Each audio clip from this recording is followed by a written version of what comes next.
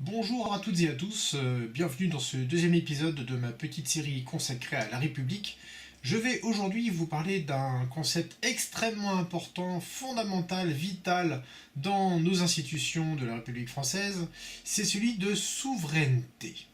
Le mieux c'est de partir d'une définition et je vais donc vous lire celle du Larousse. Premier sens, pouvoir qui l'emporte sur les autres, par exemple la souveraineté de la raison. Deuxième sens, caractère de quelque chose de souverain, la souveraineté d'une décision.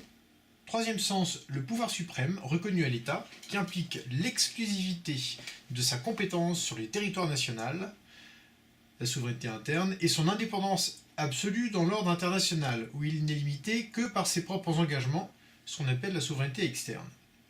L'article 3 de la Constitution de la République française de 1958, la 5e République donc, dispose que la souveraineté nationale appartient au peuple qui l'exerce par ses représentants et par la voie du référendum. Alors ça, c'est extraordinairement important. Alors ce qu'il faut d'abord dire sur la souveraineté, c'est que un État ne peut être souverain que s'il est indépendant.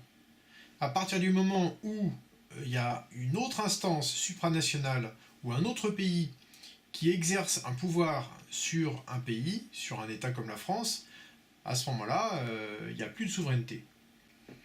Alors si je vous ai lu le texte de la Constitution de la 5e République, c'est pour qu'on soit bien clair sur le fait qu'en France, la souveraineté appartient au peuple, qu'il exprime à travers ses représentants.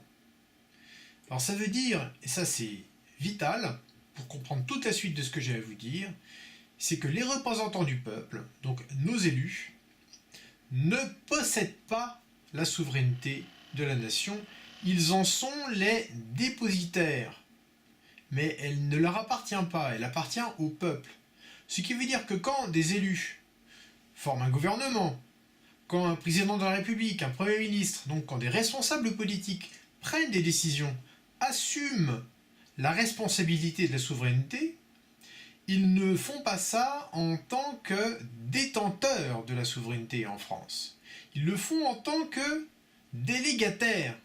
Autrement dit, nos institutions nous amènent à leur déléguer, pour un temps précis, un certain nombre de pouvoirs qui leur donnent les moyens d'agir. Mais ce n'est pas parce qu'un gouvernement a la légitimité d'action qu'il est le souverain. En France, le souverain n'est pas le gouvernement, c'est le peuple. Et ça, c'est quelque chose que manifestement, beaucoup de nos élus ont complètement oublié. J'en ai une preuve, c'est ce qui s'est passé donc en 2007, lorsque, en allant contre le résultat du référendum qui avait été opéré en 2005 sur la constitution de l'Union européenne, eh bien le Congrès, c'est-à-dire l'ensemble des élus de l'Assemblée nationale et du Sénat, se sont réunis pour voter la ratification du traité qu'on appelle le traité de Lisbonne. Or, ce traité prévoit des transferts de souveraineté de la France à Bruxelles, c'est-à-dire de la France aux instances de l'Union européenne. Et là, il y a un problème constitutionnel qui a été sciemment négligé à la fois par nos élites et par le Conseil constitutionnel qui aurait dû dire non, c'est que le Congrès a délégué une souveraineté qui ne lui appartenait pas.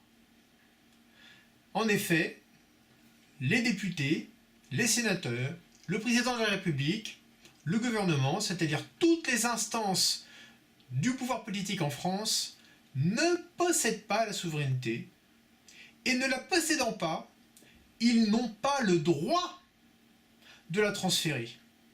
Vous voyez ce que je veux dire? C'est exactement comme si vous mettiez de l'argent dans une banque, mais c'est votre argent, et puis la banque investit votre argent, je ne sais où, dans une affaire et où ça se passe mal, et puis la banque, par exemple, dépose son bilan, et vous perdez votre argent. Voyez? Et dans ces cas-là, vous avez vos yeux pour pleurer. Alors peut-être qu'on pourrait se demander déjà, à quoi ça sert la souveraineté? Alors la première raison, c'est que dans un pays qui a été pendant très longtemps une monarchie, la souveraineté elle était détenue par le roi, et le roi il était roi de droit divin. C'est-à-dire que sa souveraineté, elle venait du ciel. Et puis quand on a fait la Révolution française, s'est posé la question, mais ok, on fait la Révolution, on met à bas le pouvoir divin du roi, mais pour mettre quoi à la place? Pour mettre quel pouvoir? Et au nom de qui? Et surtout, avec quelle légitimité?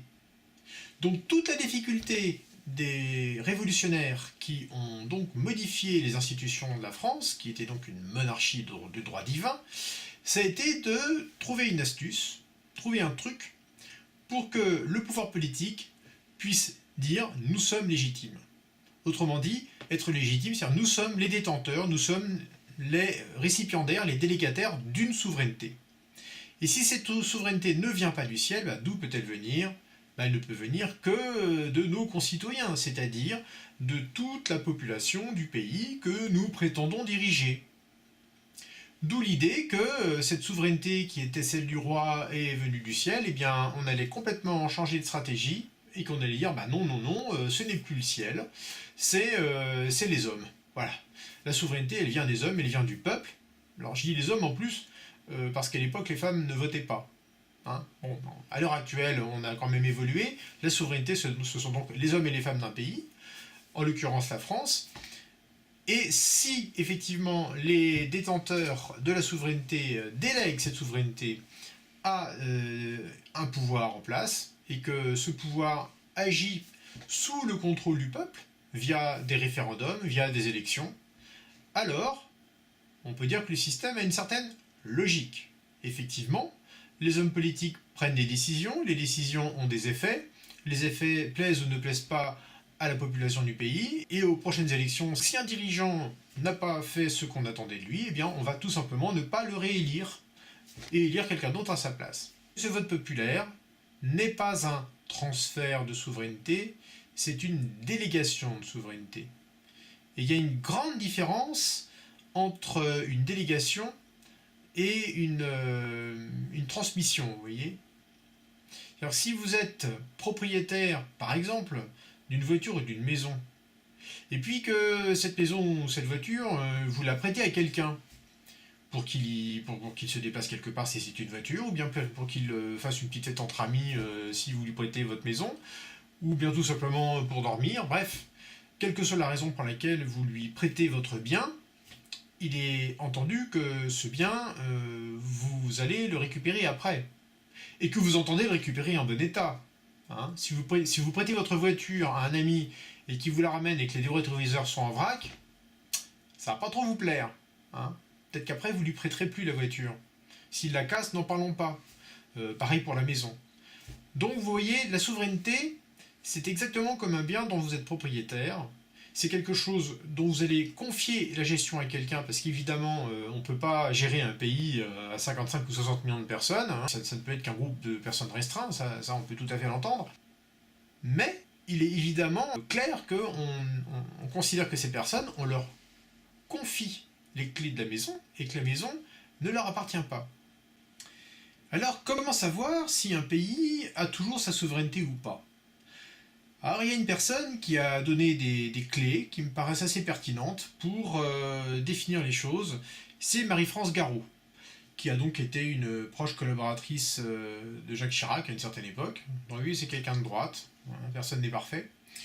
Mais il n'empêche que ce qu'elle dit me paraît relativement de bon sens. Elle explique que la souveraineté, ça signifie qu'un pays a le pouvoir de battre monnaie, c'est-à-dire d'émettre sa propre monnaie à ses propres conditions, a le pouvoir de faire des lois, a le pouvoir de rendre la justice, et a le pouvoir de décider de la paix ou de la guerre, c'est-à-dire de décider de quel traité on passe et de avec qui on est d'accord et pas d'accord. Alors ce qui est très important dans ces quatre choses-là, c'est que dans le concept de souveraineté, elles ne sont pas séparables. C'est-à-dire que vous ne pouvez pas être souverain si vous n'avez pas le contrôle de ces quatre choses-là. Alors voyons ce qu'il en est en France. Très important. Est-ce que la France a le pouvoir de battre monnaie? Alors, un peu quand même. Vous allez me dire, bah non, il y a l'euro.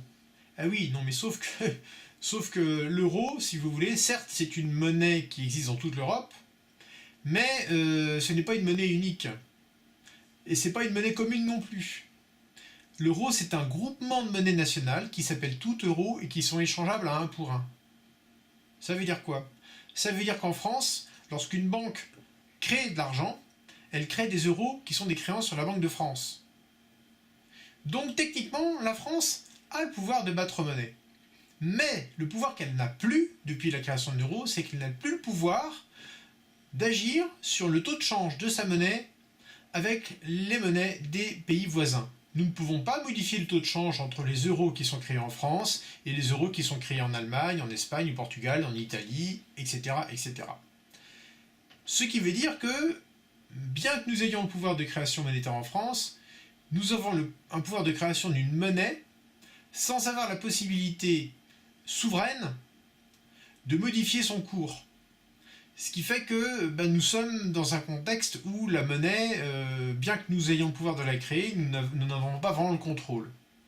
Donc c'est une souveraineté extrêmement réduite que la France possède sur sa monnaie. Deuxième élément, faire des lois. Alors vous le savez peut-être, mais la plupart des lois qui maintenant sont votées en France sont des transpositions en droit français de directives européennes. Ce qui veut dire que le Parlement européen va voter des textes, que la Commission européenne va rédiger des directives et que le gouvernement français doit transposer en droit français. Et c'est le cas pour beaucoup de lois en réalité. Et parmi les lois qui en France ont été passées ces dernières années et qui posent énormément de problèmes, ce sont des lois qui n'ont pas été demandées par des citoyens français, qui n'ont pas été proposées par des députés français, qui n'ont même pas été proposées par le gouvernement français. Ce sont des lois qui ont été exigées par les instances européennes. Ce qui veut dire que techniquement, quand on regarde la souveraineté par rapport à cette question de la liberté, enfin de la souveraineté de faire des lois, la France n'est plus libre de faire ses propres lois, sauf si ce sont des lois qui, évidemment, n'entrent pas en conflit avec les directives européennes. Mais ça limite énormément le champ d'action. Parce que vous vous doutez bien que si par exemple l'Union européenne met en œuvre une directive qui demande la mise en concurrence de toutes les structures publiques avec des organisations privées, eh bien ça veut dire par exemple que du jour au lendemain, peut-être que l'État n'aura plus le droit de financer l'éducation nationale, que l'État n'aura plus le droit de faire fonctionner la sécurité sociale, que l'État n'aura peut-être plus le droit non plus d'entretenir lui-même les routes. Tout dépend de ce que vont décider nos chers dirigeants européens. Alors, vous allez me dire, là j'ai pris des exemples un peu extrêmes. Oui, d'accord, j'ai pris des exemples extrêmes. Mais il n'empêche que beaucoup des lois qu'on voit maintenant, comme la loi travail, dite aussi la loi Macron, cette loi-là, donc la loi Macron, la loi El Khomri, en fait il y en a plusieurs, ces lois-là en fait ne sont pas issues de propositions du gouvernement français, c'est effectivement des ministres français qui ont travaillé à la transposition de directives européennes. Donc la loi Macron ne devrait pas s'appeler la loi Macron et la loi El Khomri ne devrait pas s'appeler la loi El Khomri. Ça, c'est évidemment l'apparence qu'on veut donner aux choses. Alors je continue ma petite exploration des souverainetés. Donc la souveraineté de rendre la justice. Alors en France, nous avons un système de justice, certes, mais ce système de justice, il est bien obligé de rendre des comptes quand on lui en demande. C'est-à-dire que en France, quand vous avez épuisé tous les recours pour une action en justice et que vous n'avez pas obtenu gain de cause, il vous reste la Cour de justice de l'Union européenne. Et cette Cour, elle peut parfaitement casser les décisions prises par les plus hautes instances françaises. Ce qui veut dire que en France, ce n'est plus le Conseil d'État qui a le dernier mot pour trancher les litiges juridiques les plus compliqués. C'est une Cour de justice européenne, c'est donc une instance supranationale, ce n'est pas une instance souveraine. Là, ça se passe à Bruxelles, laissez tomber, c'est plus vous. Voilà. Dernière chose, et là-dessus je vais beaucoup insister, c'est la souveraineté dans ce qui concerne décider de la paix ou de la guerre. Alors il faut être bien clair que l'Union Européenne, quand on nous l'a vendue, quand on nous en a fait la promotion, quand on nous a soutenu que ce serait tellement mieux pour la France d'être dans l'Union Européenne, on nous a soutenu, mordicus, que l'Europe ce serait la paix, et que d'être dans l'Europe, ça garantirait qu'il n'y aurait plus de guerre, parce qu'effectivement on serait tous reliés les uns aux autres par des institutions, et que ces institutions nous permettraient de gérer nos conflits d'une manière complètement pacifique, et qu'il n'y aurait plus de guerre en Europe. Alors ça, dans l'idée, je signe. Hein. Mais dans les faits, c'est pas du tout ça qui s'est passé.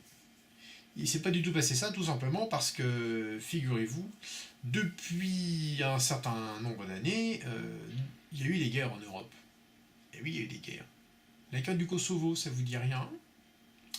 Et ce qui s'est passé en Ukraine et en Crimée, oui non, vous allez me dire, c'est pas en Europe. Bah moi je lui dis, si, c'est en Europe. C'est en Europe. Ah, c'est peut-être pas dans l'Union Européenne.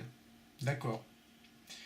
Mais est-ce qu'on a été capable, grâce à l'Union Européenne, d'empêcher ce qui s'est passé là-bas? Non, on n'a pas été capable du tout. Donc on pourrait à la limite admettre que l'Union Européenne a été facteur de paix entre les pays membres de l'Union Européenne, mais en tout cas c'est pas un facteur de paix au niveau de l'Europe prise globalement, et c'est absolument pas un facteur de paix au niveau international. Vous me direz, mais le pouvoir de décider de la guerre, comment ça pourrait être bien? C'est nul la guerre. Oui, je suis d'accord, c'est nul la guerre. Et si on veut pas qu'il y ait de guerre, il faut quand même de temps en temps qu'on soit capable de dire à nos partenaires de différents autres pays que la France est capable de répliquer si on lui marche sur les pieds. Par exemple, vous savez que la France possède un grand nombre de territoires d'outre-mer. Bah, ces territoires, ils sont le résultat d'une très longue histoire, hein, pas toujours joyeuse d'ailleurs, faut être assez lucide là-dessus. Mais ces territoires, ils sont peuplés d'une population française, ben oui. Et ces Français d'outre-mer, d'après notre constitution, eh bien, ils ont exactement les mêmes droits que nous. Ils sont français exactement comme nous, et ils ont donc droit à la même protection que n'importe quel citoyen de France. Voilà. Donc si on veut que ces territoires d'outre-mer ne soient pas maltraités au niveau international, il faut que la France, comme on dit, tienne son rang.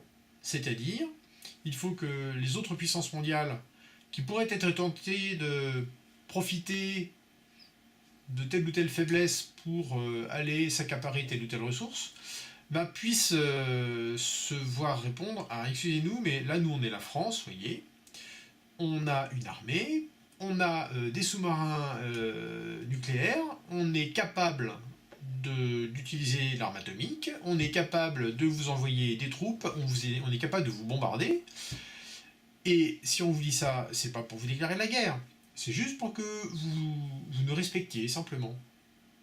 Vous voyez? Donc ce pouvoir de décider de la paix ou de la guerre, c'est pas un pouvoir destiné à se montrer belliciste, en tout cas pas forcément. C'est un pouvoir destiné à tout simplement maintenir un certain équilibre et à se faire respecter.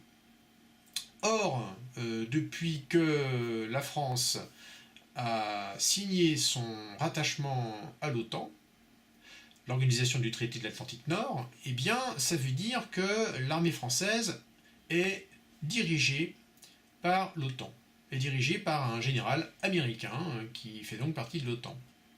L'OTAN a servi à aller faire la guerre en Irak. L'OTAN a servi à aller faire la guerre en Libye, il a servi à bombarder donc Tripoli, a servi en gros des intérêts géopolitiques, principalement américains. Si la France y avait trouvé son compte, et si ces interventions s'étaient faites dans le respect du droit international, j'ai envie de dire, pourquoi pas? Or, ces interventions se sont faites en dehors de toute résolution du Conseil de sécurité des Nations Unies, c'est-à-dire que ça s'est fait sans respecter le droit international. L'intervention en Libye, c'était donc techniquement un acte de guerre. En envoyant ses avions bombarder la Libye, la France s'est livrée à un acte de guerre. Est-ce que là, c'est l'expression de la souveraineté du peuple? Est-ce que le peuple français voulait qu'on entre en guerre contre la Libye? Est-ce que la Libye menaçait la France? Est-ce que la Libye menaçait les intérêts français? Non. La question se pose exactement dans les mêmes termes pour l'intervention en Syrie. Les interventions en Syrie. Tout ce qui a été fait en Syrie depuis 2011, non seulement ça ne répond pas aux intérêts français, mais ce serait même plutôt le contraire. Alors, il existe d'autres pouvoirs qu'on peut qualifier de pouvoirs souverains. Par exemple, notre pays possède des finances publiques, ce qui veut dire que tous les ans, il y a un budget qui est établi, de l'argent qui est dépensé pour construire des routes, des écoles, des tribunaux, des prisons, pour rémunérer les fonctionnaires, autrement dit, pour assurer ce qu'on appelle le fonctionnement régulier de l'État. Très important. Alors évidemment, ça va être des élus qui vont le décider, des élus révocables, des élus qui se présentent devant les électeurs pour assumer les décisions qu'ils ont prises et puis peut-être se faire dégager si on n'est pas content d'eux. Mais regardez ce qui s'est passé avec le TSCG, qui est donc un traité qui a été passé en 2012. Ce traité, en fait, transfère à Bruxelles la gestion du budget.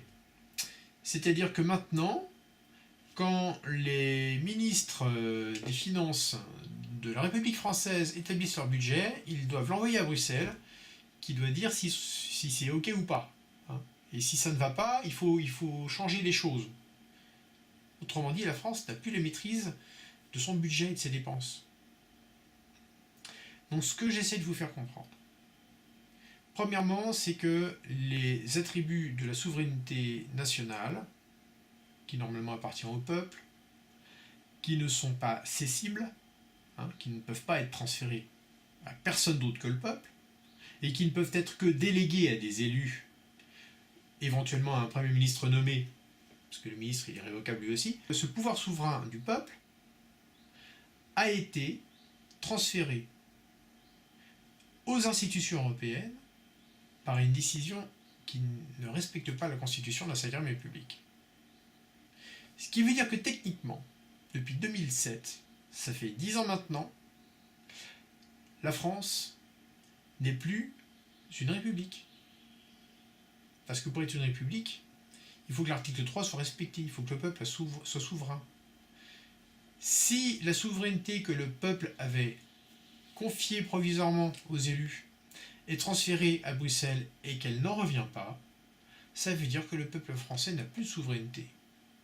Et ne plus avoir de souveraineté, ça veut dire que vous pouvez voter pour qui vous voulez, vous pouvez manifester tant que vous voulez, vous pouvez crier, pleurer, même vous livrer à des actes violents, ce que personnellement je désapprouve, mais quoi que vous fassiez, la souveraineté ne reviendra pas comme ça. Elle ne reviendra pas tant que la France sera dans des traités qui privent son peuple de la souveraineté pour la confier à une instance extérieure.